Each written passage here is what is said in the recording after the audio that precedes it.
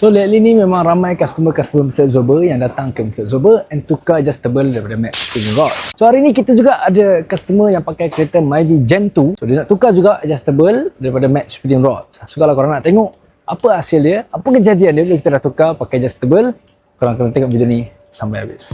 So kereta Myvi Gen 2 ni owner cakap memang dah pakai adjustable sebelum ni, tapi dah almost 8 tahun dah tak pernah tukar.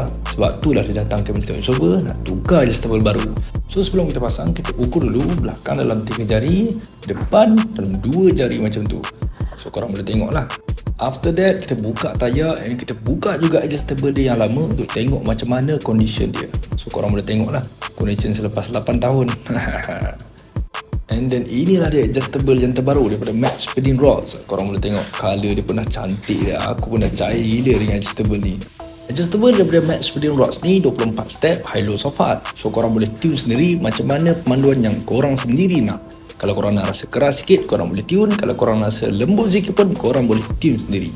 So korang boleh tengok bila kita orang dah siap pasang and kita orang dah siap test, inilah kejadian dia. Korang boleh tengok sendiri betapa handsomenya kejadian Myvi Gen 2 yang pasang adjustable daripada Max Spinning Rods.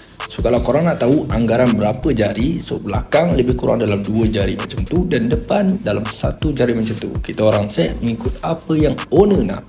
So kalau korang berminat untuk pasang adjustable Max Spinning Rods ni, korang boleh PM kami sekarang. Jom kita pandu kereta lama seperti baru.